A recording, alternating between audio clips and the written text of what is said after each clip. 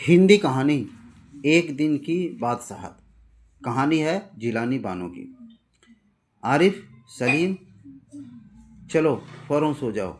अम्मी की आवाज़ ऐन उस वक्त आती थी जब ये दोस्तों के साथ बैठे कव्वाली गा रहे होते थे, या फिर सुबह बड़े मज़े में आइसक्रीम खाने के समय सपने देख रहे होते हैं कि आपा झंझोड़ कर जगा देती, जल्दी उठो स्कूल का वक्त हो गया। दोनों की मुसीबत में जान थी। हर वक्त पाबंदी, हर वक्त तकरार, अपनी मर्जी से चुप भी नहीं कर सकते थे। कभी आरिफ को गाने का मूड आता तो भाईजान डांटते, चुप हो जा। हर वक्त मेढक की तरह टर्रारे जाता है, बाहर जाओ।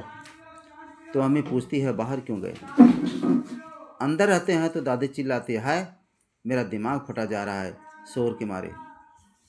अरे रजिया, जरा इन बच्चों को बाहर हाँक दे, जैसे बच्चे ने हुए मुर्गे के चूजे हो गए हैं। दोनों घंटों बैठकर इन पाबंदियों से बच निकलने को तरकीबें सोचा करते हैं। उन दोनों से तो सारे घर को दुश्मनी हो गई थी। लिहाजा दोनों ने मिलकर एक योजना बनाई और अब्बा की खिदमत में एक दरखास्त पेश की कि एक दिन उन्हें बड़ों के सारे अधिकार दे दिए जाए और सब बड़े छोटे बन जाए। कोई ज़रूरत नहीं है उधम, कोई ज़रूरत नहीं है उधम मचाने की। अम्मी ने अपनी आदत के अनुसार डांट पिलाई, लेकिन अब्बा जाने किस मूड में थे कि न सिर्फ मान गए बल्कि यह इनकार भी कर बैठे कि कल दोनों को हर किस्म के अधिकार मिल जाएंगे। अभी सुबह होने में कई घंटे थे कि आरिफ ने अम्मी को झिझोर डाला, अम्मी जल्दी उठिए, नाश्ता तैयार कीजिए। अम्मी ने चाहा एक झापड़ रसीद करके सो रहे अम्मी ने चाहा एक झापड़ रसीद करके सो रहे, मगर याद आया कि आज तो उनके सारे अधिकार छीने जा चुके हैं। फिर दादी ने सुबह की नमाज पढ़ने के बाद दवाएं खाना और बादाम का हरीरा पीना शुरू किया। तो आरिफ ने उन्हें रोका, तौबा है तो दादी, कितना हरीरा पिएगी, पेट फट जाएगा। और दादी ने हाथ उठाया मारने के लिए। नाश्ता मेज पर आया तो आरिफ ने खानसामा से कहा, अंडे और मक्खन वगैरह हमारे सामने रखो, दलिया और दूध बिस्कुट इन सबको दे दो। आपा ने कहर भरी नज़रों से उन्हें घूरा, मगर बेबस थी, क्योंकि रोज़ की तरह आज वह तरमाल अपने लिए नहीं रख सकती थी। सब खाने बैठे तो सलीम ने अम्मी को टोका, अम्मी जरा अपने दांत देखिए, पान खाने से कितने गंदे हो गए हैं। मैं तो दांत मांज चुकी हूँ, अम्मी ने टालना चाहा। नहीं, चलिए उठिए। अम्मी निवाला तोड़ चुकी थी, मगर सलीम ने ज़बरदस्ती कंधा पकड़कर उन्हें उठा दिया।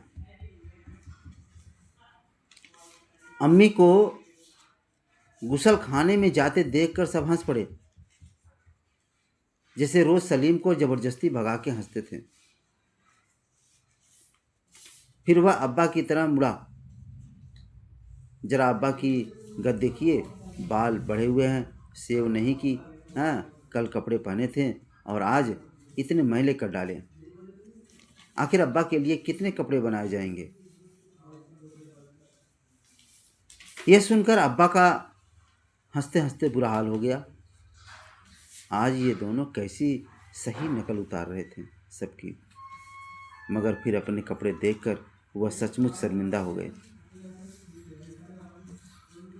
थोड़ी देर बाद जब अब्बा अपने दोस्तों के बीच बैठे अपनी नई गज़ल लहक लहक कर सुना रहे थे तो आरिफ फिर चिल्लाने लगा, बस कीजिए अब्बा, फ़ौरन ऑफिस जाइए, 10 बज गए हैं। चुप! अब्बा डांटते डांटते रुक गए। बेबसी से गज़ल की अधूरी पक्ति दांतों में दबाए पांव पटकते आरिफ के साथ हो लिए। रजिया, जरा मुझे 5 रुपए तो दे देना। अब्बा दफ्तर जाने को तैयार होकर बोले, 5 रुपए का क्या होगा, कार में पेट्रोल तो है।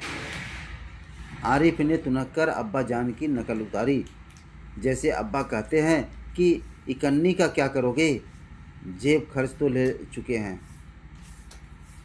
थोड़ी देर बाद खानसामा आया, बेगा साहब आज क्या पकेगा। आलू, गोश्त, कबाब, मीचों का सालन। अम्मी ने अपनी आदत के अनुसार खाना शुरू किया। नहीं, आज ये चीज़ें नहीं पकेगी। सलीम ने किताब रखकर अम्मी की नकल उतारी। आज गुलाब जामुन, गाजर का हलवा और मीठे चावल पकाओ।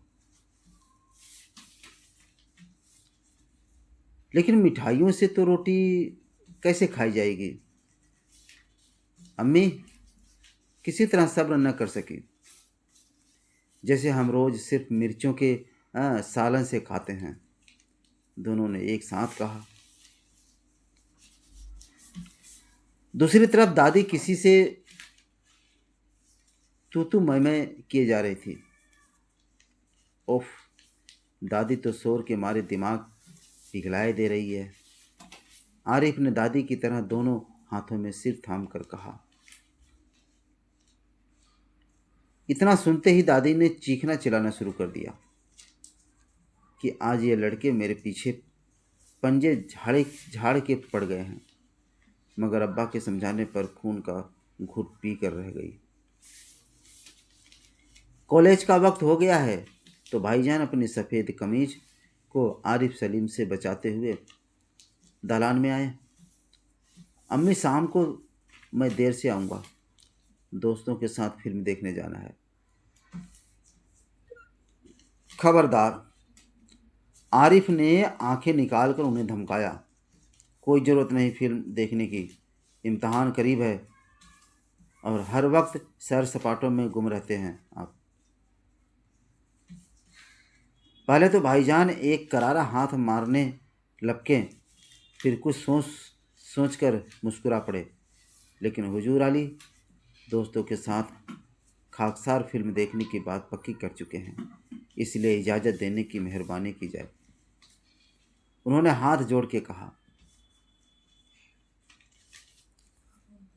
बना करें, बस मैंने एक बार कह दिया, उसने लापरवाही से कहा और सोफे पर दराज होकर अखबार देखने लगा। उसी वक्त आपा भी अपने कमरे से निकली और एक निहायत भारी साड़ी में लटकती बड़े ठाठ से कॉलेज जा रही थी। आपा, सलीम ने बड़े गौर से आपा का मुआयना किया। इतनी भारी साड़ी क्यों पहनी, शाम तक गारत हो जाएगी। इस साड़ी को बदल कर जाइए, आज वह सफ़ेद वाली वायल की साड़ी पहनना। अच्छा, बहुत दे चुके हुक्म। आपा चिढ़ गई। हमारे कॉलेज में आज फंक्शन है, उन्होंने साड़ी की सिकनें दुरुस्त की है। वाह, मैं क्या कह रहा हूँ, सुना नहीं?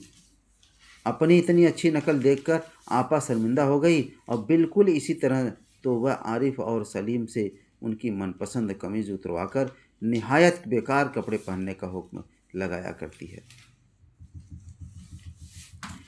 दूसरी सुबह हुई। सलीम की आंख खुली तो आपा नाश्ते की मेज सजाए उन दोनों के उठने का इंतजार कर रही थी। अम्मी खानसामा को हुक्म दे रही थी, हर खाने के साथ एक मीठी चीज़ जरूर पकाया करो।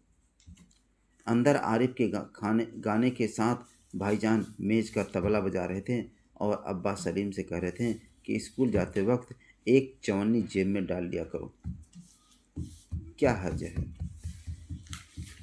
तो दोस्तों, ये कहानी आपको कैसी लगी? अच्छी लगी हो तो इस चैनल को सब्सक्राइब ज़रूर करें और अपने दोस्तों को शेयर करें। धन्यवाद।